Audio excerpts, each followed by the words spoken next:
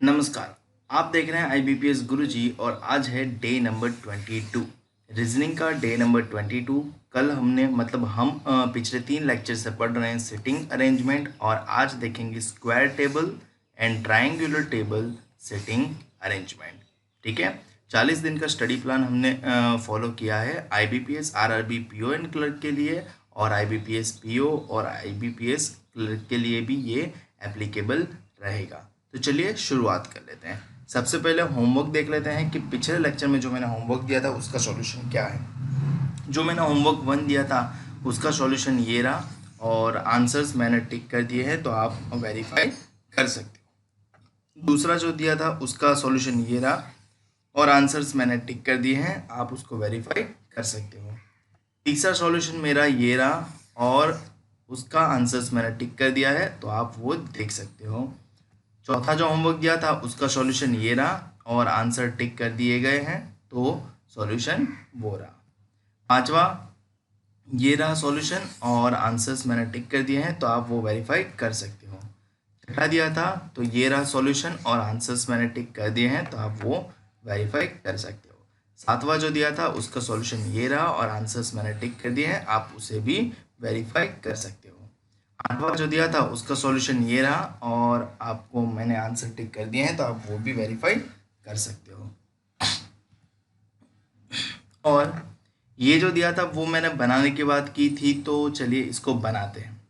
सबसे पहले क्या लिखा है, 8 sports person PSQRUBJ and C are sitting in a field of circle at equal distance. 3 sports person on the circle are facing opposite side and 5 are sitting facing the center of the circle.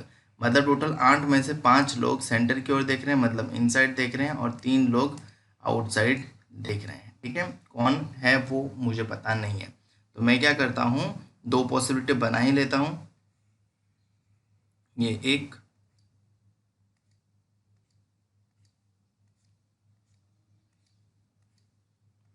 ठीक है और ये 2।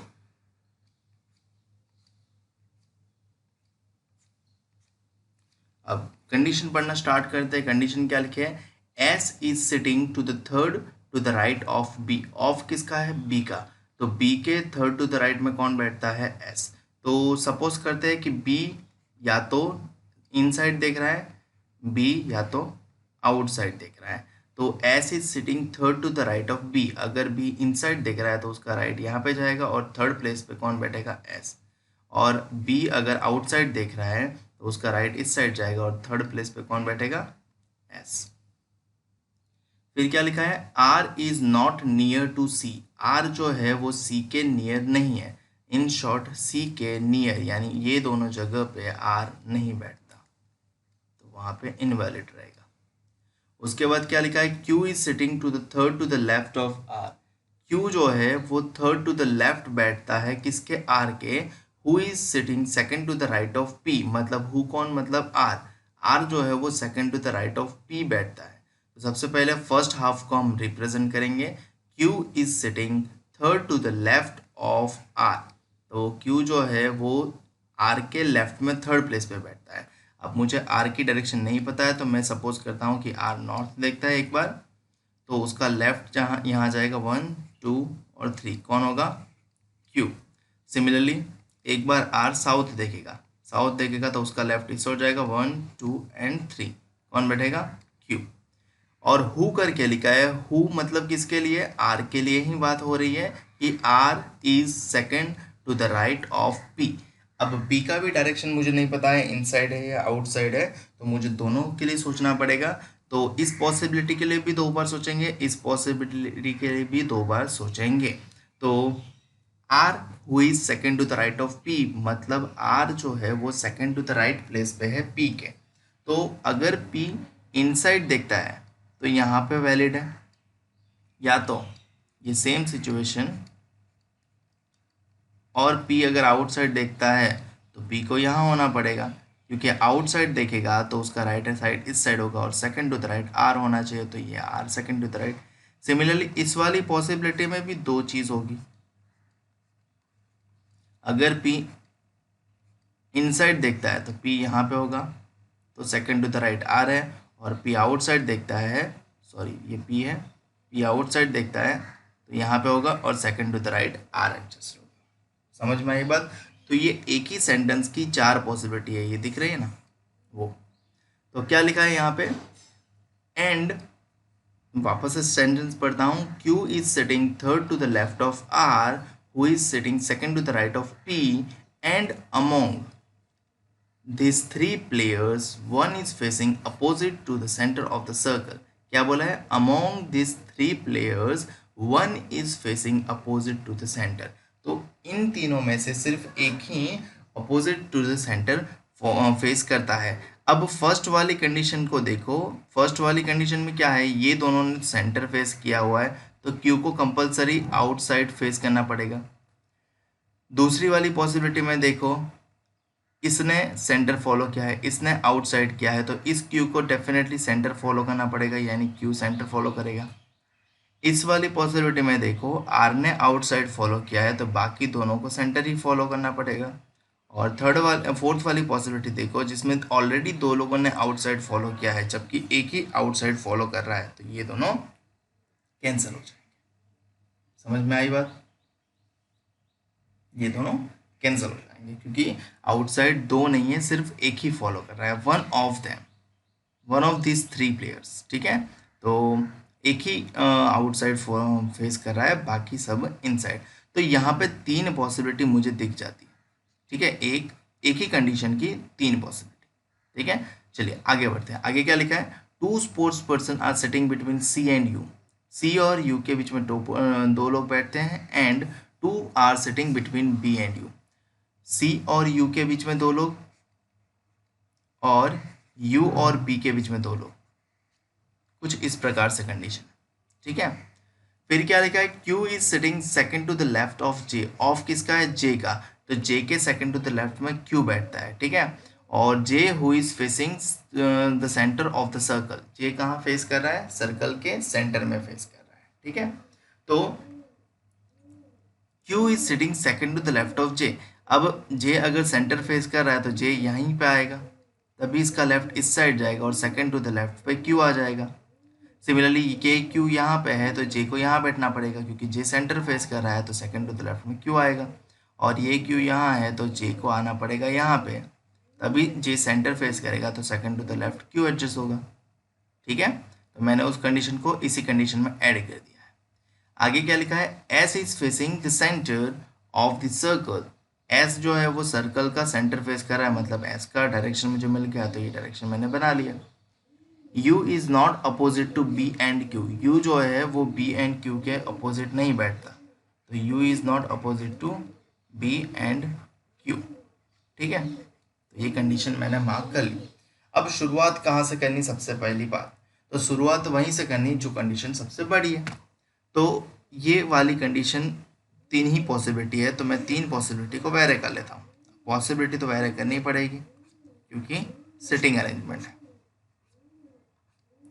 तो सबसे पहले इस possibility का inject मैं कर लेता हूँ, ये कि Q यहाँ पे आउटसाइड देख रहा है तो Q यहाँ पे आउटसाइड देख रहा है, फिर R inside J inside, sorry P inside J inside R inside, तो P J R तीनों इनसाइड देख रहे हैं। ठीक है, दूसरी पॉसिबिलिटी Q इनसाइड है तो ये Q इनसाइड देख रहा है, फिर एक छोड़ के J वो भी इनसाइड है, फिर R वो भी इनसाइड है, फिर एक छोड़ के P वो आउटसाइड है। फिर इस पॉसिबिलिटी का ऐड करते हैं, P इनसाइड है तो P इनसाइड, एक छोड़ के R आउटसाइड तो R आउटसाइड, 2 छोड़ के Q इनसाइड, 2 छोड़ के Q इनसाइड, और एक छोड़ के J इनसाइड, एक छोड़ के J इनसाइड। तो मैंने ये तीनों पॉसिबिलिटी का यूज़ कर लिया है, तो मैं उसको क्रॉस चेक कर लेता हूँ। अब किसका एडजस्ट करते हैं, अब हमारे पास ये कंडीशन है कि सी के इमीडिएट नेबर में आर नहीं बैठता, इन शॉर्ट आर के इमीडिएट प्लेस पे सी नहीं बैठेगा, मतलब यहाँ पे सी का एडजस्टमेंट नहीं होगा, यहाँ पे भी सी का एडजस्टमेंट नहीं होगा, और यहाँ पे भी सी का एडजस्टमेंट नहीं होगा। ठीक है, अब सी के इमीडिएट नेबर में आर नहीं बैठता तो ये 2 जगह पे सी का एडजस्टमेंट नहीं होगा, और क्या है, बी के थर्ड टू द राइट में एस है, तो बी के थर्ड टू द राइट में एस है, बी यहाँ पे हो, सेंटर देखे तो थर्ड टू द राइट यहाँ जाएगा, आउटसाइड देखें, आउटसाइड देखे तो थर्ड टू द राइट यहाँ जाएगा, सेंटर देखे तो थर्ड टू द राइट यहाँ आएगा। तो यहाँ पे पॉसिबिलिटी वेरी करेगी, तो हम क्या करते हैं, उस कंडीशन को रहने देते हैं, अभी इस कंडीशन को देख लेते हैं। ये कंडीशन मेरे ख्याल से ज़्यादा एडजस्टेबल नहीं है, क्योंकि सी के दो छोड़ के यू है और यू के दो छोड़ के बी है, तो इन शॉर्ट यू के दोनों और दो छोड़ के एक साइड सी रहेगा, एक साइड बी रहेगा। अब सी के लिए एक रेस्ट्रिक्शन है कि वो यू के सी के लिए क्या रेस्ट्रिक्शन है कि यहाँ पे नहीं बैठ सकता, और क्या है कि यू के सामने बी और क्यू नहीं हो सकता, इन शॉर्ट क्यू के सामने यू नहीं हो सकता, क्यू के सामने यू नहीं हो सकता, तो ये क्यू है तो यहाँ पे यू वर्जित है, ये क्यू है तो यहाँ पे यू वर्जित है, और ये क्यू है तो यहाँ पे यू वर्जित है। ठीक है, तो अब मुझे यू तो प्लेस करना है, यहाँ पे सी नहीं यू नहीं। ठीक है, अगर मैं यू को यहाँ रखता हूँ, क्या हो रहा है, अगर मैं यू को यहाँ पे एडजस्ट करता हूँ तो दो छोड़ के यू यहाँ पे तो हो ही नहीं सकता, अगर मैं यू को यहाँ रखता हूँ तो दो छोड़ के लेफ्ट और प्लेस ही नहीं मिलता, दो छोड़ के यहाँ पे सी तो बैठ जाएगा बट दो छोड़ के यहाँ पे यू बैठ नहीं सकता। अगर मैं यू को यहाँ रखता हूँ तो दो छोड़ के यहाँ पे प्लेस नहीं मिलता और दो छोड़ के यहाँ पे प्लेस मिल जाता है। अगर मैं यू को यहाँ रखता हूँ तो दो छोड़ के यहाँ पे मुझे जगह मिल जाती है और दो छोड़ के यहाँ पे भी जगह मिलता है। ठीक है, तो मेरा यू यहीं पे एडजस्ट हो सकता है। अब सी यहाँ पे नहीं बैठ सकता तो दो छोड़ के सी को मुझे यहीं बिठाना पड़ेगा और दो छोड़ के मुझे बी को यहीं बिठाना पड़ेगा। समझ में आई बात?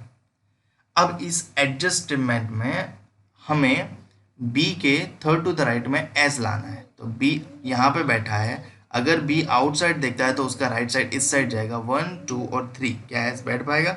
नहीं, तो बी को कंपलसरी इनसाइड देखना पड़ेगा और उसका राइट जाएगा इस साइड, 1 2 और 3, कौन बैठेगा? एस, और एस तो इनसाइड देखता है, ऐसा पहले ही बता दिया गया। ठीक है, और कोई बाकी है क्या? हमें क्या बोला है, 3 लोग आउटसाइड देखते हैं, 5 लोग इनसाइड देखते हैं, 1 2 3 4 5, अगर 5 इनसाइड हो गए तो बाकी सारे आउटसाइड ही होंगे और हमारा अरेंजमेंट कंप्लीट हुआ। तो मेरे ख्याल से राइट पॉसिबिलिटी यही है, बाकी दो चेक ज़रूर कर लेते हैं।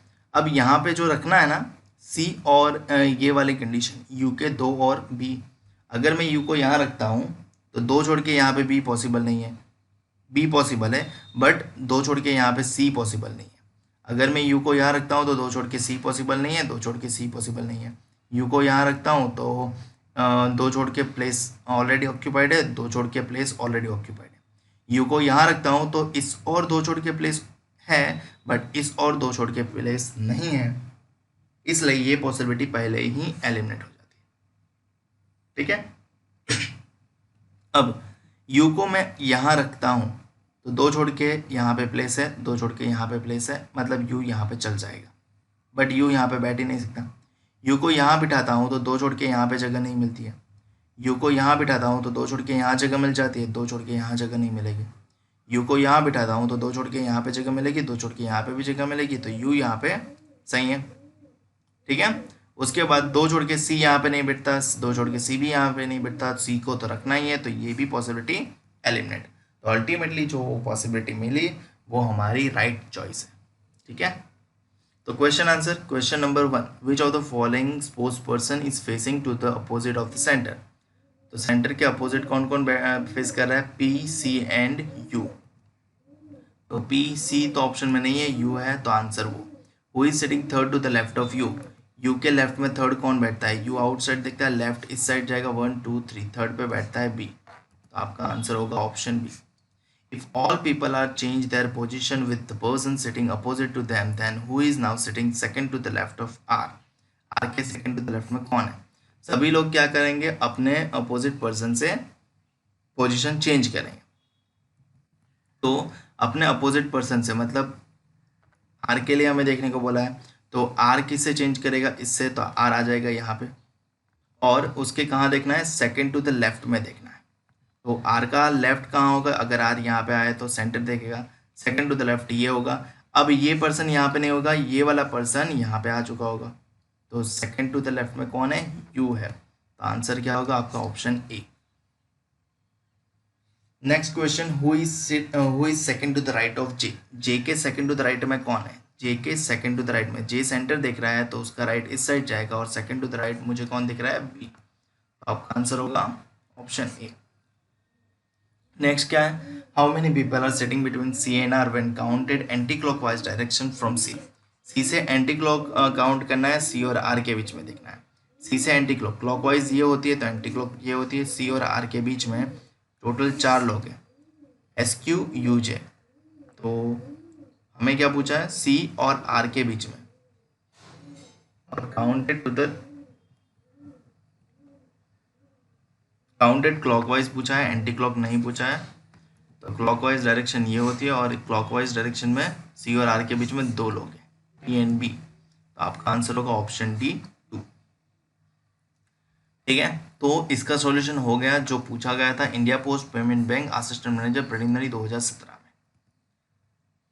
इसका सॉल्यूशन ये जो मैंने 56 से 60 दिया था, इसका सॉल्यूशन ये रहा, और आपके आंसर टिक किए हुए हैं तो आप वो वेरीफाई कर सकते हो। फिर ये क्या था, ओके, तो मेरे ख्याल से जो था वो ख़त्म हो गया। तो आज का सेशन स्टार्ट करते हैं। आज का सेशन स्टार्ट करने से पहले एक क्वेश्चन ऐसा करेंगे जिसके साथ 2 पैरामीटर हो, या 1 पैरामीटर तो एटलीस्ट हो ही। तो यहाँ पे क्या लिखा है, 8 people A B C D W X Y and Z are sitting around a circular table facing the centre. All 8 people are from different place, Okhla, Dwarka, Lajpat Nagar, Chanakyapuri, Saket, Mehrauli, Rohini and Karol Bagh, but not necessarily in the same order. Condition start है, W is sitting third to the left of Y। तो मैं condition बना लेता हूँ, 8 people है तो 8 place बना लेता हूँ, और लिखा क्या है, W is sitting third to the left of Y। तो ये Y अगर है, सेंटर देख रहा है, तो थर्ड टू द लेफ्ट यहाँ पे आएगा, और यहाँ पे होगा W। The person who is from Dwarka is to the immediate right of W, and W is not from Okhla। W के लिए ओखला तो सही नहीं है, ठीक है, बट जो पर्सन द्वारका से है वो इमीडिएट राइट ऑफ W है। तो W के इमीडिएट राइट में, यानी ये जगह पे कौन बैठेगा, द्वारका वाला। मैं द्वारका उसको असाइन कर लेता हूँ। फिर क्या लिखा है, B is sitting 4 to the right of Z। किसके, Z के। तो Z के 4 टू द राइट में मुझे नहीं पता, तो मैं कंडीशन बना लेता हूँ, Z के 4 टू द राइट में B बैठता है। ठीक है, Z is not the neighbour of Y, मतलब Z जो है वो इस जगह पे नहीं हो सकता और इस जगह पे नहीं हो सकता। अब Z इस जगह पे नहीं हो सकता तो ये पॉसिबिलिटी मतलब Z यहाँ पे नहीं हो सकता, Z यहाँ पे होगा तो B यहाँ पे हो सकता है, Z यहाँ पे होगा तो B यहाँ पे हो सकता है, Z यहाँ पे नहीं हो सकता, Z यहाँ पे होगा तो B यहाँ पे हो सकता है। So many possibilities. तो आगे बढ़ते हैं। आगे क्या लिखा है, neither B nor Z is an immediate neighbour of W। B और Z W के इमीडिएट नेबर नहीं है, तो B और Z यहाँ पे नहीं बैठेंगे और B और Z यहाँ पे नहीं बैठेंगे। तो Z के लिए ये प्लेस भी वर्जित होगा, ये प्लेस भी वर्जित होगा, ये तो 2 ही प्लेस बचे कि Z यहाँ पे बैठे या यहाँ पे बैठे। तो 2 पॉसिबिलिटी तो हो ही सकती है, बट Z यहाँ पे बैठेगा तो भी B तो यहाँ पे नहीं बैठ पाएगा, क्योंकि Z के 4 टू द राइट में B बैठना चाहिए। तो अल्टीमेटली Z को बिठाना पड़ेगा यहाँ पे, वो सेंटर फेस करेगा, उसका राइट यहाँ जाएगा और यहाँ पे बैठेगा B। ठीक है, फिर क्या लिखा है, X is from Chanakyapuri and is sitting third to the right of the person from Dwarka. X Chanakyapuri से है एंड बैठता है थर्ड टू द राइट में द्वारका वाले के। द्वारका वाला ये पर्सन है तो इसका राइट जाएगा इस साइड, 1 2 एंड 3 यहाँ बैठेगा X, और वो कहाँ से है, चाणक्यपुरी। ठीक है, तो X का भी एडजस्टमेंट हो गया। फिर क्या लिखा है, the person from Mehrauli is sitting second to the left of the person from Chanakyapuri. Chanakyapuri ये वाला पर्सन है तो इसके सेकेंड टू द लेफ्ट, यानी इस साइड 1 और 2, ये कौन होगा, मेहरौली। ठीक है, तो वो भी हमने बना लिया। सिंपल सी चीज है, जितने भी पैरामीटर दे आपको पढ़ना है कंडीशन और सॉल्व करते जाना है। क्या लिखा है next condition, the person from Rohini is sitting second to the left of W. W के सेकंड टू द लेफ्ट में पर्सन फ्रॉम रोहिणी, डब्ल्यू के सेकंड टू द लेफ्ट इस साइड जाएगा और ये जेड बैठा है वो सेकंड टू द लेफ्ट है और वो पर्सन रोहिणी से। फिर क्या लिखा है, A who is Lajpat Nagar, A is from Lajpat Nagar is sitting exactly between x and z।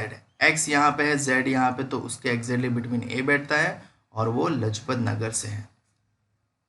फिर क्या लिखा है, the person is from Saket is sitting second to the right of the person from Lajpat Nagar. मतलब जो पर्सन साकेत से है वो सेकंड टू द राइट में बैठता है उस पर्सन से जो लजपत नगर से। लजपत नगर से ये पर्सन है और उसके सेकंड टू द राइट यानी ये प्लेस, और ये प्लेस वाला कहाँ से होगा, साकेत से। फिर क्या लिखा है, C sitting third to the left of X. X के लेफ्ट में थर्ड प्लेस पे सी बैठता है, एक्स का लेफ्ट इस साइड जाएगा तो थर्ड प्लेस पे बैठेगा सी, यानी सी बैठेगा यहाँ पे, तो बचा हुआ पर्सन बैठेगा यहाँ पे। ओखला इसको नहीं मिलेगा तो ओखला इसको मिलेगा, क्योंकि जाहिर सी बात है ओखला उसी के लिए बचा, बाकी सबको अलॉट हो चुका है। और बचा हुआ पर्सन कौन है, ए बी सी और डी, तो डी बचा हुआ पर्सन है और बचा हुआ प्लेस कौन सा है, कारोल बाग, तो यहाँ पे आएगा कारोल बाग। हो गया हमारा पजल कंप्लीट। क्वेश्चन आंसर कर लेते, क्वेश्चन आंसर आसान ही रहेंगे। सबसे पहला question, who amongst the following person belongs to Okhla. Okhla से कौन बिलोंग कर रहा है, तो ओखला से वाई बिलोंग कर रहा है, तो आपका आंसर होगा option A. What is the age position with respect to B. B के संदर्भ में ए की पोजीशन बताएं। बी के संदर्भ में देखना है ए को, तो बी से अगर मैं देखूँ तो थर्ड टू द राइट दिख रहा है, या तो लेफ्ट में कैलकुलेट करो तो 1 2 3 4 5, फिफ्थ टू द लेफ्ट या तो थर्ड टू द राइट। मुझे ऑप्शन में थर्ड टू द राइट मिल जा रहा है, तो वो मेरा आंसर सही है। फिर क्या लिखा है, how many people are sitting between Z and C when counted in anti clockwise direction from C. C से एंटी क्लॉकवाइज डायरेक्शन में चेक करना है और जेड और सी के बीच में चेक करना है। क्लॉकवाइज ऐसे होती है, एंटी क्लॉकवाइज ऐसे होगी, और सी और जेड के बीच में टोटल 4 पीपल बैठ रहे हैं, तो आपका आंसर होगा 4 यानी option D. 4 of the following 5 are alike in certain way, यानी ऑड वन आउट का क्वेश्चन है। बी रोहिणी, बी के साथ रोहिणी का मैच हो रहा है, मतलब उसके अपोजिट वाला है। सेकंड क्या है, जेड मेहरौली, जेड के साथ मेहरौली यानी उसके अपोजिट वाला की बात हो रही है। डी ओखला, डी के अपोजिट में ओखला है तो वो भी सही है। वाई साकेत, वाई के अपोजिट में साकेत है तो वो भी सही है। तो जाहिर सी बात है ये गलत होना चाहिए। एक्स द्वारका, क्या एक्स के सामने द्वारका है, नहीं, एक्स के सामने कारोल बाग है, तो हमारा ऑड वन आउट होगा ये, क्योंकि बाकी से अपोजिट पैर है बट सिवाय इसके। Next, which of the following statement is false. हमें गलत स्टेटमेंट ढूंढना है according to the above mention arrangement. तो पहला स्टेटमेंट क्या है, C is to the immediate right of Karol Bagh. Check करो, C is the immediate right of Karol Bagh, तो ये कारोल बाग है, सेंटर देख रहा है तो इसका इमीडिएट राइट यही होगा, और ये सी है तो मतलब ये सेंटेंस तो सही है, हमें गलत वाला ढूंढना है। Second, the person from Lajpat Nagar is third to the right of the person from Mehrauli. तो जो मेहरौली से है उसके थर्ड टू द राइट में लजपत नगर वाला है।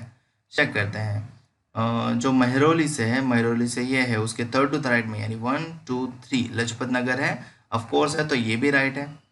Third statement, the person from Dwarka is sitting exactly between the Carol Bagh and Saket.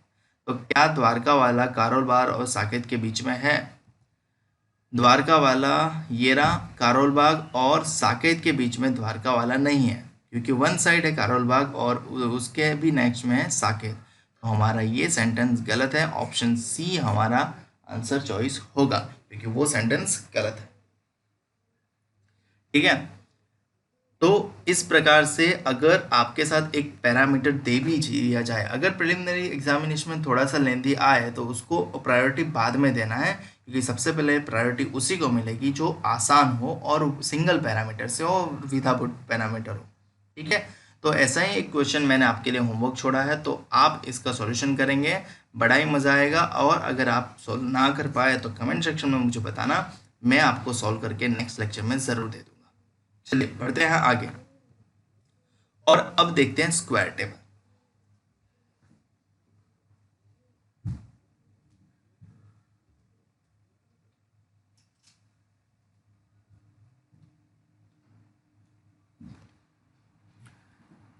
So square table,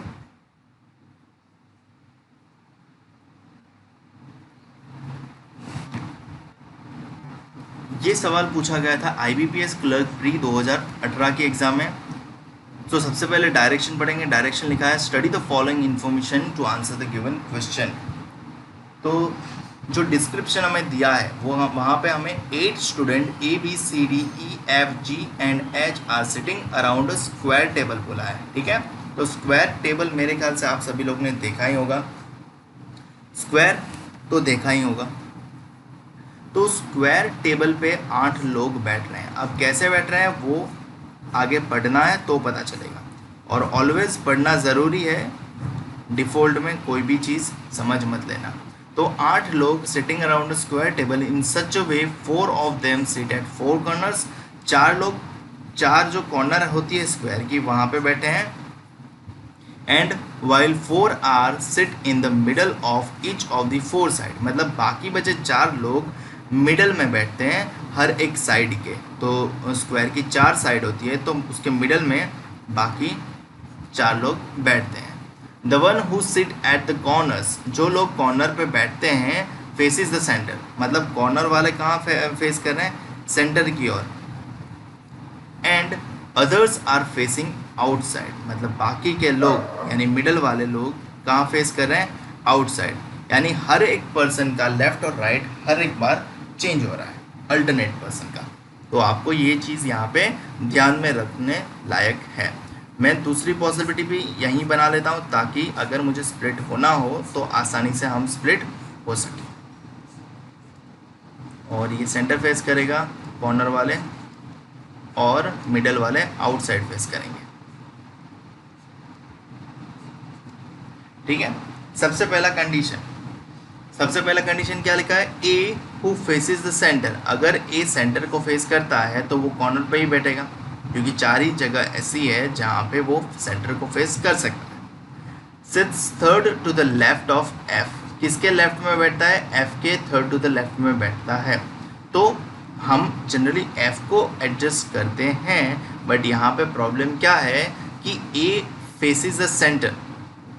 अगर ए centre ही face करता है तो ए इन्हीं 4 कॉर्नर में से किसी एक कॉर्नर पे होगा। मैं सपोज कर लेता हूँ ए इस कॉर्नर पे है, तो अब थर्ड टू द लेफ्ट में ए जो है वो थर्ड टू द लेफ्ट में है किसके, एफ के। तो 3 प्लेस लेफ्ट में जाओ और चेक कर लो, या 3 प्लेस राइट में जाओ और चेक कर लो। अगर मैं 3 प्लेस 1 2 3, तो एफ हो सकता है यहाँ पे, या तो 1 2 3 एफ हो सकता है यहाँ पे। अब चेक कर लो कि किसके लेफ्ट में, किस एफ के लेफ्ट में third to the left place पे ए यहाँ पे एडजस्टेड है। तो यहाँ पे थर्ड टू द लेफ्ट, अगर हम इस एफ को कंसिडर करते हैं तो ये एफ का लेफ्ट ऊपर की ओर जाएगा क्योंकि ये आउटसाइड देख रहा है। तो यहाँ पे थर्ड प्लेस 1 2 और 3 ऑलरेडी यहाँ पे कोई नहीं बैठा और ए का एडजस्टमेंट नहीं मिलता, मतलब हमारा वो एफ जो है वो रॉन्ग प्लेस्ड है। तो हम इस एफ को मिटा देंगे और वही एफ हमारा सही होगा। ठीक है, तो जब भी स्क्वायर अरेंजमेंट आए आपको ये चीज़ का ध्यान ज़रूर रखना है कि एफ का, क्योंकि यहाँ पे हर एक अल्टरनेट पर्सन का लेफ्ट और राइट बदल रहा है, तो आपको ये एडजस्टमेंट ही करना पड़ेगा। तो एफ यहाँ पे होगा और एफ आउटसाइड देखेगा तो उसका लेफ्ट इस साइड जाएगा, और 1 2 3 थर्ड प्लेस पे हमें मिल जाएगा ए। ठीक है, तो फर्स्ट वाली कंडीशन एडजस्ट हो गई। तो सेकंड कंडीशन की ओर बढ़ते हैं। ई who faces the centre, E centre face कर रहा है, मतलब ये 3 जगह पे से ही हो सकता है। Is not an immediate neighbour of F, मतलब ई जो है वो एफ का इमीडिएट नेबर नहीं है, मतलब ये जगह पे ई नहीं बैठ सकता, एज वेल एज ये जगह पे भी ई नहीं बैठ सकता। अब ई सेंटर फेस तो करता ही है, 3 ही जगह थी, उस पे से 2 जगह एलिमिनेट हो गई, तो एक ही जगह बचेगी ये वाली, तो यहीं पे बैठना पड़ेगा ई को। ठीक है, next condition, only one person sits between F and G, F and G के बीच में सिर्फ एक ही पर्सन बैठता है। अगर एफ यहाँ पे है तो एक छोड़ के जी यहाँ पे बैठ सकता है, या तो एक छोड़ के जी यहाँ पे बैठ सकता है। ठीक है, अब मेरे पास 2 मैंने स्क्वायर बना के रखे हैं, तो मैं 2 में स्प्लिट हो जाता हूँ। तो एक छोड़ के जी शायद यहाँ हो सकता है, या एक छोड़ के जी शायद यहाँ पे हो सकता है। फिर क्या लिखा है, D sits second to the right of B. D कहाँ बैठता है, बी के सेकेंड टू द राइट पे। तो अगर बी यहाँ पे होता है, सेंटर देख रहा है, तो उसका second to the right already filled है। अगर बी यहाँ पे होता है तो साउथ देख रहा है, तो उसका राइट इस साइड होगा, तो second to the right already occupied है। अगर बी यहाँ पे बैठता है तो सेकेंड टू द राइट यहाँ पे अवेलेबल है। बी यहाँ पे बैठता है तो सेकेंड टू द राइट यहाँ पे अवेलेबल है, ठीक है। और आगे लिखा है बी फेसेस द सेंटर। अगर बी सेंटर को फेस करता है तो बी यहाँ पे नहीं बैठता, क्योंकि ये आउटसाइड ऑफ द सेंटर है, तो बी को बैठना पड़ेगा यही जगह पे, और इसका सेकेंड टू द राइट ये प्लेस होगा, और यहाँ पे बैठेगा टी। सिमिलरली बी अगर सेंटर को फेस करता है तो दो ही जगह है। अगर मैं बी को यहाँ पे एडजस्ट करता हूँ तो इसका राइट इस साइड जाएगा नीचे की ओर, और 1 2 second to the right place already occupied है, तो बी का एडजस्टमेंट यहाँ पे नहीं हो पाएगा। बी को बैठना पड़ेगा यहाँ पे, और उसका सेकेंड टू द राइट यहाँ पे जाएगा, और यहाँ पे बैठेगा कौन, डी, ठीक है।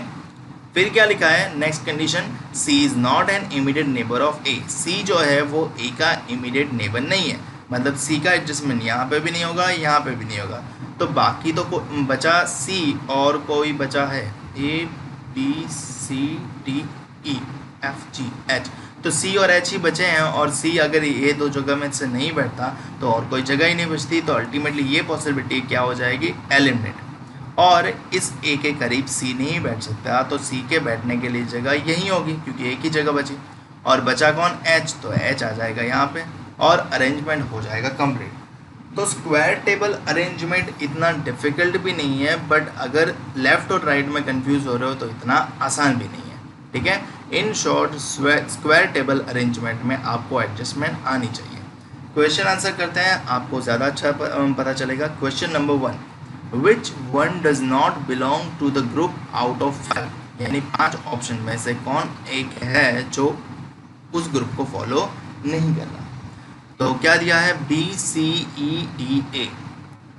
बी सेंटर की ओर देख रहा है, सी आउटसाइड देख रहा है, डी सेंटर की ओर देख रहा है, ए सेंटर की ओर देख रहा है, ई आउट सेंटर की ओर देख रहा है, sorry B C D E A, ठीक है। तो B C D E A, ठीक है। तो ये चारों लोग सेंटर की ओर देख रहे हैं सिवाय सी के, तो सी जो है वो उस ग्रुप को बिलोंग नहीं करता, यानी हमारा ऑप्शन बी रॉन्ग है। उसके बाद क्या बोला है, which will come in the place of question mark. तो ये कुछ सीक्वेंस है बी सी ई, पहले सीक्वेंस जो आई बी सी ई, यानी ये 3 की सीक्वेंस आई। फिर क्या है, ई एच ए, यानी ई बी सी ई के बाद ई एच ए, ठीक है। इसी से मतलब जहाँ पे एंड हुआ वहीं से स्टार्ट हुआ। फिर क्या है, ए जी डी, ए जी डी, मतलब जहाँ पे एंड हुआ था वहीं से स्टार्ट हुआ, तो जहाँ पे एंड हुआ वहीं से स्टार्ट हुआ, तो जहाँ पे एंड हुआ वहीं से स्टार्ट करेंगे। डी एफ बी नेक्स्ट होना चाहिए, D F B option A में अवेलेबल है, तो हमारा आंसर होगा ऑप्शन ए, ठीक है। नेक्स्ट सवाल, what is the position of G with respect to C. C के संदर्भ में जी की पोजीशन बताएं। सी के संदर्भ में यानी सी से देखना है, किसको देखना है, जी को देखना है। अब सी आउटसाइड देखता है तो उसका लेफ्ट इस साइड होगा, 1 2 3 4, 4 टू द लेफ्ट होगा, या तो 1 2 3 4, 4 टू द राइट होगा। ऑप्शन में जो अवेलेबल हो वो हमारा आंसर। ऑप्शन में फोर्थ वाला एक ही अवेलेबल है, 4 टू द राइट, तो वही हमारा आंसर होगा। नेक्स्ट क्या लिखा है, who sits third to the left of B. B के लेफ्ट में थर्ड प्लेस पे कौन बैठता है, तो बी सेंटर की ओर देखता है तो उसका लेफ्ट नीचे की ओर जाएगा, और थर्ड टू द लेफ्ट देखना है, 1 2 और 3 कौन बैठेगा, एच, तो हमारा आंसर होगा option A. Which is true from the given arrangement, दिए गए अरेंजमेंट के मुताबिक कौन सा सही है। जी फेसिस द सेंटर, क्या वो सही है, जी फेसिस द सेंटर, ना, जी आउटसाइड फेस कर रहा है। दूसरा, बी फेसिस द आउटसाइड, क्या बी आउटसाइड फेस कर रहा है, ना, वो भी गलत है, बी सेंटर की ओर फेस कर रहा है। तीसरा, एच फेसिस इनसाइड, क्या एच इनसाइड फेस कर रहा है, ना, ये भी गलत है, एच आउटसाइड फेस कर रहा है। A faces the centre, A centre की ओर फेस कर रहा है, तो चेक करो ए सेंटर की ओर फेस कर रहा है, जी बिल्कुल सही, ए सेंटर की ओर फेस कर रहा है, तो हमारा ऑप्शन डी जो है वो करेक्ट है। मुझे उम्मीद है कि आपको समझ में आया होगा। चलिए एक और सवाल सॉल्व करते हैं, एक और अरेंजमेंट सॉल्व करते हैं, आपको समझ में ज़्यादा आएगा। कब पूछा गया था? तो IBPS क्लर्क प्री 2019 में पूछा गया था। 8% F, J, K, M, N, P, S and V are sitting around a square table and 4 of them are sitting at the corner and remaining sitting at the middle of the square of the table. The person sitting at the corners are faces away. Corner वाले कहाँ face कर रहे हैं? Faces away का मतलब क्या होता है? बाहर की ओर। And the person sitting in the middle side of the table faces toward the centre. जो मिडल साइड में बैठते हैं वो सेंटर की ओर फेस कर रहे हैं। तो दो पॉसिबिलिटी इनिशियली ही बना लेते हैं।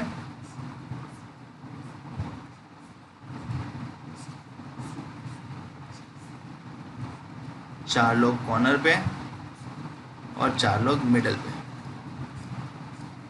चार लोग कॉर्नर पे और चार लोग मिडल पे। जो कॉर्नर वाले हैं वो फेसेस अवे है, मतलब वो बाहर की ओर देख रहे हैं।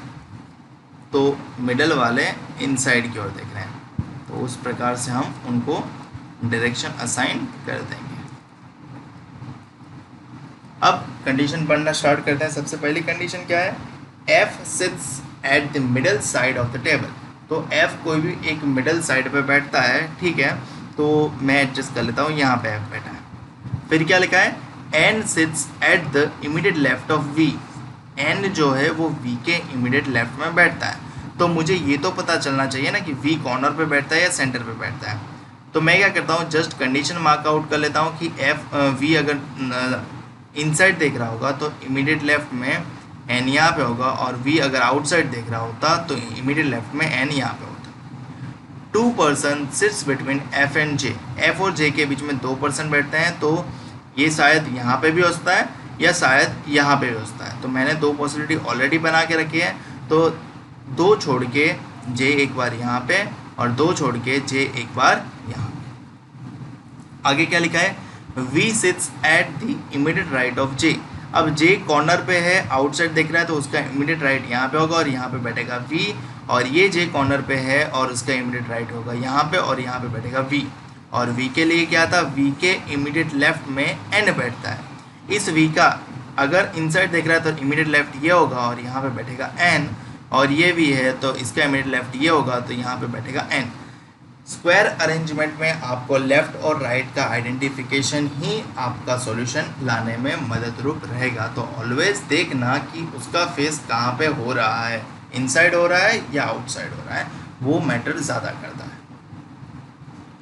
आगे क्या लिखा है? 3 person sits between S and N। S और N के बीच में 3 लोग बैठते हैं। तो अब N यहाँ पे बैठा है, 3 यहाँ पे छोड़े या इस साइड छोड़े, S का प्लेस यहीं पे आएगा। सिमिलरली इस N के लिए भी 3 इस साइड छोड़े या इस साइड छोड़े, S का प्लेस यहीं पे आ जाएगा। M is an immediate neighbour of S। M जो है वो S का इमीडिएट नेबर है। तो इस S के लिए तो एक ही इमीडिएट प्लेस बाकी है, तो M यहाँ पे बैठेगा। इस S के लिए 2 इमीडिएट प्लेस बाकी है। तो आगे की कंडीशन क्या कहती है? M is not an immediate neighbour of J। M जो है वो J का इमीडिएट नेबर नहीं है, मतलब यहाँ पे M वैलिड नहीं है। अल्टीमेटली ये पॉसिबिलिटी एलिमिनेट हो जाएगी। अब M जो है वो S का इमीडिएट नेबर है, मतलब ये दोनों जगह पे, बट M जो है वो J का इमीडिएट नेबर नहीं है। तो अल्टीमेटली एक ही जगह ऐसी बचती है जहाँ पे M बैठ सकता है, तो इस जगह पे M बैठ जाएगा। फिर क्या लिखा है? P faces inside. अगर P इनसाइड फेस करता है तो P कॉर्नर पे तो नहीं बैठ सकता, क्योंकि कॉर्नर वाला तो आउटसाइड फेस कर रहा है। तो P को अल्टीमेटली यहीं पे बैठना पड़ेगा। और बचे कौन? F, J, K, M, N। F, J, K बचा K, तो K आ जाएगा यहाँ पे। तो हमारा अरेंजमेंट हुआ कंप्लीट। अरेंजमेंट कंप्लीट होने के बाद क्वेश्चन आंसर तो बड़े ही आसान रहते हैं। Question number 6, how many person are sitting between F and J when counting from the left of J। J के लेफ्ट से काउंट करें तो F और J के बीच में कितने लोग बैठे हैं? J के F के लेफ्ट से काउंट करें तो F का लेफ्ट इस साइड है और J यहाँ पे है, तो 1 2 3 4 लोग बैठे हैं। तो कितना लोग? 4 लोग। तो ऑप्शन डी हमारा answer. 4 of the following 5 are alike in. Question क्या कहना चाह रहा है? ऑड वन आउट करना है। S, F, J, K, N। S, F, J, K, N। ये S, J, N और K तो कॉर्नर पॉइंट्स है, सिवाय F के। तो हमारा ऑड वन कौन होगा? Only F। Which of the following statement is true? कौन सा स्टेटमेंट सही है? पहला स्टेटमेंट क्या लिखा है? P sits second to the left of V. क्या P V के सेकंड टू द लेफ्ट में है ना, V का लेफ्ट इस साइड जाता है तो P तो है V के सेकंड टू द राइट पे, तो हमारा फर्स्ट स्टेटमेंट रॉन्ग है। Second statement, N is an immediate neighbour of S, क्या N S का इमीडिएट नेबर है, तो S का इमीडिएट नेबर N नहीं है, तो ये भी हमारा रॉन्ग रहेगा।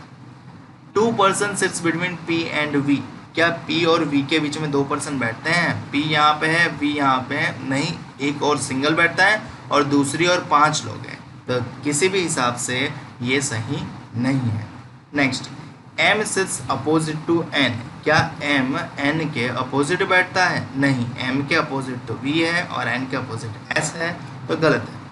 J sits opposite to K, ये सही होना ही चाहिए, क्या J K के अपोजिट बैठता है, तो जी हाँ, J K के अपोजिट बैठता है, तो हमारा ऑप्शन E राइट है। अगला सवाल क्या है, Who among the following is sitting second to the left of M?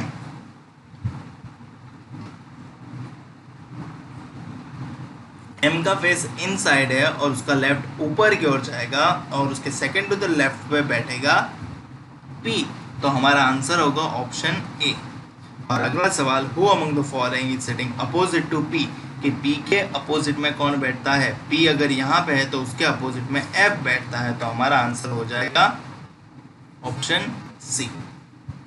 ठीक है, मुझे उम्मीद है कि आपको समझ में आ रहा होगा कि स्क्वायर अरेंजमेंट को कैसे टैकल करते हैं। एक और स्क्वायर अरेंजमेंट मैं सॉल्व करके देता हूँ, आपको थोड़ा और डाउट होगा तो वो क्लियर हो जाएगा। ये पूछा गया था IBPS PO प्री 2018 में, और 8 फ्रेंड ABCDWXYZ, सेम तो नहीं है ना, नहीं है, तो 8 लोग हैं, स्क्वायर टेबल पे बैठे हैं, such a way that 4 of them sit at 4 corners and while others sit at the middle of each of the side. The one who sit at the corner face outside. Corner वाले outside face कर रहे हैं, ये पता चल गया, बस यही जानना था। तो ये कॉर्नर वाले आउटसाइड, तो मिडल वाले इनसाइड ही होंगे, सीधी सी बात है। फिर भी पढ़ लो, मिडल फेस इनसाइड, तो सही थे हम। कॉर्नर वाले आउटसाइड और मिडल वाले इनसाइड, 2 पॉसिबिलिटी इनिशियली बना ही लेने की, क्योंकि स्क्वायर टेबल अरेंजमेंट में आपको 2 पॉसिबिलिटी डेफिनेटली चाहिए रहेगी। सबसे पहला condition, C is an immediate neighbour of A who faces the centre. A who करके लिखा है, मतलब हु किसके लिए है, A के लिए है कि A फेस कर रहा है सेंटर को, तो A one of the middle side में होगा, तो मैं यहाँ पे सपोज कर लेता हूँ, और C जो है वो उसका इमीडिएट नेबर है। अब इमीडिएट लेफ्ट में है या इमीडिएट राइट में है वो बताया नहीं गया है, तो हमारे पास 2 पॉसिबिलिटी हो जाती है, या तो इमीडिएट लेफ्ट में हो C या तो इमीडिएट राइट में हो C। मैं दोनों पॉसिबिलिटी को कवर कर लेता हूँ, क्योंकि मैंने 2 पॉसिबिलिटी बना के ही रखी है। Condition, W sits second to the left of C, of किसका है, C का, तो C के सेकंड टू द लेफ्ट पे W सेटेड है। C आउटसाइड देख रहा है तो उसका लेफ्ट जाएगा इस साइड, और सेकंड टू द लेफ्ट में W बैठ जाएगा। C आउटसाइड देख रहा है तो उसका लेफ्ट जाएगा इस साइड, और सेकंड टू द लेफ्ट में बैठेगा W, यानी W का प्लेस यहाँ पे होगा। फिर क्या लिखा है, Y sits 4 to the left of W, of W है तो W के लेफ्ट में, W आउटसाइड देख रहा है तो लेफ्ट जाएगा इस साइड, 1 2 3 4, कौन बैठेगा Y। W आउटसाइड देख रहा है तो लेफ्ट जाएगा इस साइड, 1 2 3 4, कौन आएगा Y। ठीक है, next, 2 person sits between Y and D either from left और राइट। Y और D के बीच में 2 लोग बैठते हैं, या तो लेफ्ट साइड या तो राइट साइड। अगर मैं लेफ्ट साइड देखूँ ना, 2 छोड़ के ऑलरेडी A बैठा है, अब A को उठा के मैं D को बिठा दूँ, ऐसा तो हो नहीं सकता, तो डेफिनेटली मुझे राइट साइड ही चॉइस करना पड़ेगा। 2 छोड़ के कौन बैठेगा, D। सिमिलरली इस Y के लेफ्ट में देखूँ तो 2 छोड़ के मुझे प्लेस मिलता है, राइट में देखूँ तो 2 छोड़ के प्लेस मिलता है। ठीक है, और D के लिए कोई रेस्ट्रिक्शन है, यहाँ नेक्स्ट कंडीशन में रेस्ट्रिक्शन है, C is not an immediate neighbour of D। C जो है वो D का इमीडिएट नेबर नहीं है, तो ये वाले कंडीशन में तो ओके है। और इस वाली कंडीशन में अगर मैं D को यहाँ पे रखता हूँ बट C का इमीडिएट नेबर D नहीं है, तो D डेफिनेटली यहीं पे आएगा, Y का 2 छोड़ के D। Next, B sits second to the right of D।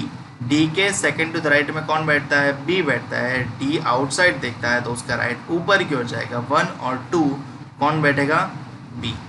Similarly ये डी इनसाइड देख रहा है तो उसका राइट इस साइड जाएगा, 1 और 2 कौन बैठेगा, B. Next condition, X sit second to the right of B, किसके राइट में, बी के राइट में सेकंड प्लेस पे कौन बैठता है, एक्स। अब बी देख रहा है इनसाइड, उसका राइट जाएगा इस साइड, 1 और 2 कौन बैठेगा, एक्स।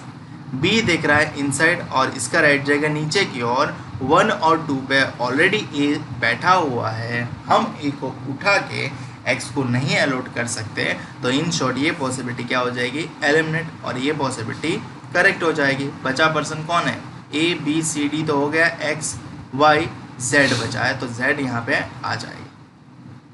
ठीक है, तो क्वेश्चन आंसर कर लेते हैं। Question number 11, how many person sits between Z and C when counted to the left of Z. Z के लेफ्ट से काउंट करना है और जेड को सी से, जेड के लेफ्ट यानी इस साइड और जेड और सी के बीच में 1 2 और 3 लोग बैठे हैं, तो ऑप्शन हमारा डी राइट होगा।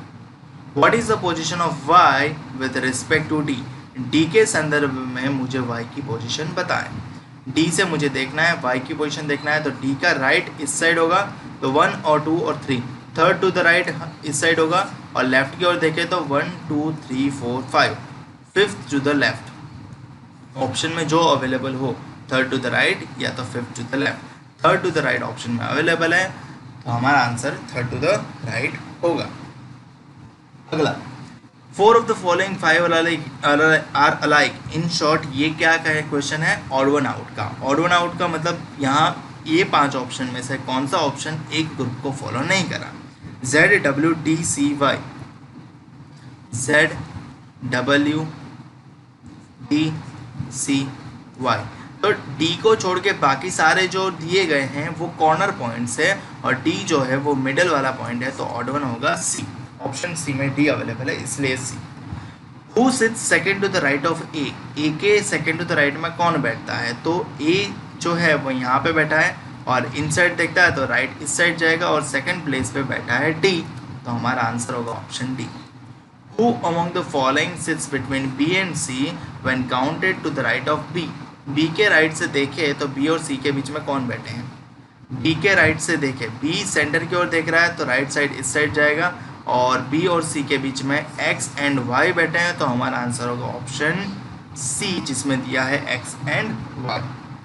तो एक बार अगर अरेंजमेंट एडजस्ट हो जाए तो आपका सॉल्यूशन, फिर तो 5 क्वेश्चन 5 मार्क्स लेना बड़ा ही आसान है। ठीक है, और अगर फिर भी आपको कोई क्वेरी रहता है तो आप मेरे इंस्टाग्राम पेज को फॉलो ज़रूर कर सकते हैं। इंस्टाग्राम पेज की आईडी है IBPS_गुरुजी, और वहाँ पे मैं होता हूँ most of the time active. चलिए आगे बढ़ते हैं और आपके लिए कुछ होमवर्क देते हैं। तो ये क्वेश्चन भी रेक्टेंगुलर टेबल वाला है, और यहाँ पे क्या लिखा है, 4 person sits in each of the 4 corners while 4 person sit in the middle of the side। अब रेक्टेंगुलर टेबल मतलब स्क्वायर से थोड़ा लंबा, बट फर्क कोई नहीं पड़ेगा, आपको सॉल्व ऐसे ही करना है। ठीक है, तो ये है आपके होमवर्क में। आपका हो जाए तो कमेंट में मुझे आंसर बताने हैं, और ना हो जाए तो भी बताना है कि सर हमसे नहीं बना, तो मैं नेक्स्ट लेक्चर में इसका सॉल्यूशन दे दूंगा। अगला सवाल ये भी आपके होमवर्क में है, ये भी स्क्वायर टेबल पे है और 4 लोग मिडल में बैठे हैं और बाकी बचे लोग इनसाइड देख रहे हैं। ठीक है, अगेन ये 8 पर्सन, ये भी स्क्वायर टेबल वाला है, तो ये भी होमवर्क है आपके लिए। नेक्स्ट, तो ये 3 मैंने आपको स्क्वायर टेबल वाले होमवर्क दिए हैं, आप इसका ज़रूर से सॉल्व करना और प्रैक्टिस करना, और जो क्वेश्चन मैंने सॉल्व किए हैं वो भी आप एक बार सॉल्व करने की कोशिश करना, क्योंकि जो मैंने सॉल्व किए हैं वो आप सॉल्व करने बैठे तो आपको उसका डायरेक्शन डिफरेंट मालूम चलेगा।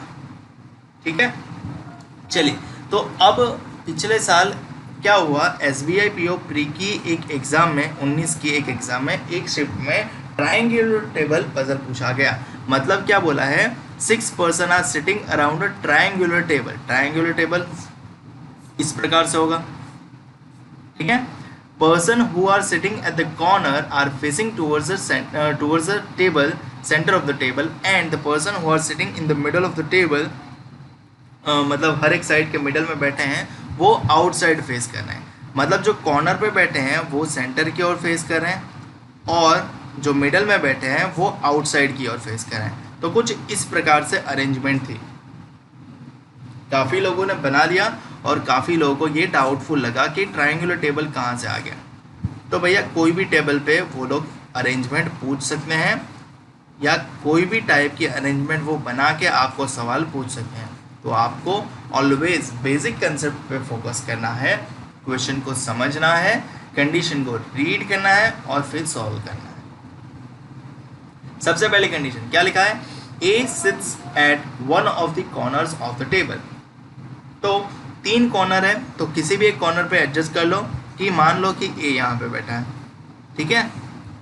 फिर लिखा है M is an immediate neighbour of A. M जो है वो ए का इमीडिएट नेबर है।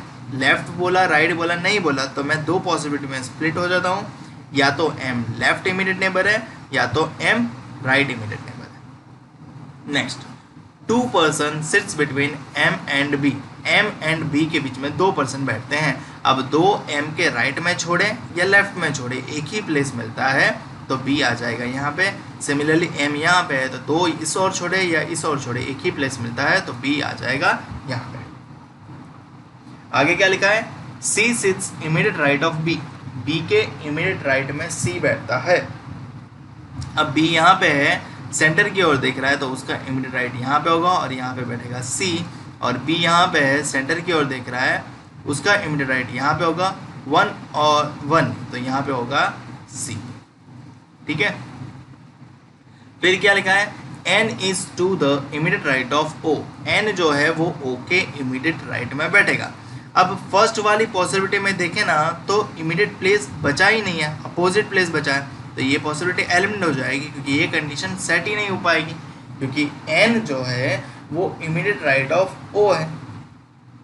सेकंड वाली पॉसिबिलिटी में देखें तो N sits immediate right of O. अगर ओ को यहाँ बिठाऊँ तो एन यहाँ पे बैठेगा इमीडिएट राइट, अगर ओ को यहाँ बिठाऊँ तो एन यहाँ पे बैठ जाएगा क्योंकि वो भी इमीडिएट राइट बैठेगा।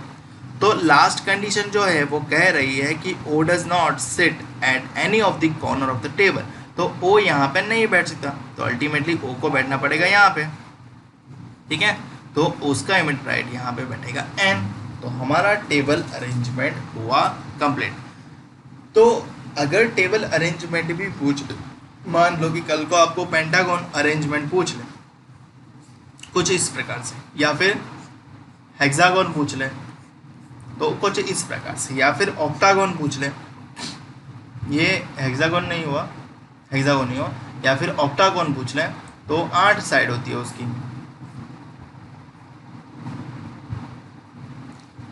8 साइड होती है, 1 2 3 4 5 6 7 और 8, तो इस प्रकार से, ठीक है। तो क्वेश्चन आंसर कर लेते हैं। Question number 1, who sits second to the right of B. B centre की ओर देख रहा है, उसका राइट इस साइड जाएगा और सेकंड प्लेस पे बैठता है ए, तो आपका आंसर होगा option B. Who is sitting between A and N when counted to the right of A. A के राइट से काउंट करें तो ए और एन के बीच में कौन बैठा है। ए के राइट से काउंट करें यानी इस साइड से ए और एन के बीच में कौन बैठा है, एम बैठा है, यानी ऑप्शन क्या होगा D. Who sits immediate left of N. N के इमीडिएट लेफ्ट में कौन बैठा है, एन यहाँ पे है और उसका इमीडिएट लेफ्ट ये रहा और एन के इमीडिएट लेफ्ट में बैठा है एम, तो आपका आंसर होगा ऑप्शन ए। तो इस प्रकार से आपके सारे सवाल हो गए सॉल्व। तो मेरे ख्याल से सिटिंग अरेंजमेंट में प्रिलिमिनरी एग्जामिनेशन के लिए इतना जितना करवाया ये 4 लेक्चर में वो सही है। अब देखेंगे पजल अरेंजमेंट नेक्स्ट लेक्चर में। और अगर आपने पुराने लेक्चर नहीं देखे तो आपको डिस्क्रिप्शन में सारे लेक्चर्स की लिंक मिल जाएगी, या तो आपको एंड स्क्रीन पे भी प्लेलिस्ट मिल जाएगा, आप वहाँ जाके पुराने लेक्चर देख सकते हो, maths as well as reasoning के भी। अगर वीडियो अच्छा लगा है तो लाइक कर देना और शेयर कर देना, और चैनल को अभी तक सब्सक्राइब नहीं किया है तो चैनल को सब्सक्राइब कर लेना और साथ में बेल आइकन भी प्रेस कर देना ताकि जब भी मैं आपके लिए नया वीडियो अपलोड करूँ आपको उसका नोटिफिकेशन सीधा मिल जाए। और अगर आपने मुझे इंस्टाग्राम पे फॉलो नहीं किया है तो इंस्टाग्राम पे ज़रूर फॉलो कर लेना, क्योंकि वहाँ पे मैं होता हूँ सबसे ज़्यादा ऑनलाइन, तो आप मुझसे कोई भी सवाल पूछ सकते हो। मेरी इंस्टाग्राम की आईडी है IBPS_गुरुजी। और इस वीडियो में इतना ही, मिलते हैं अगले वीडियो में।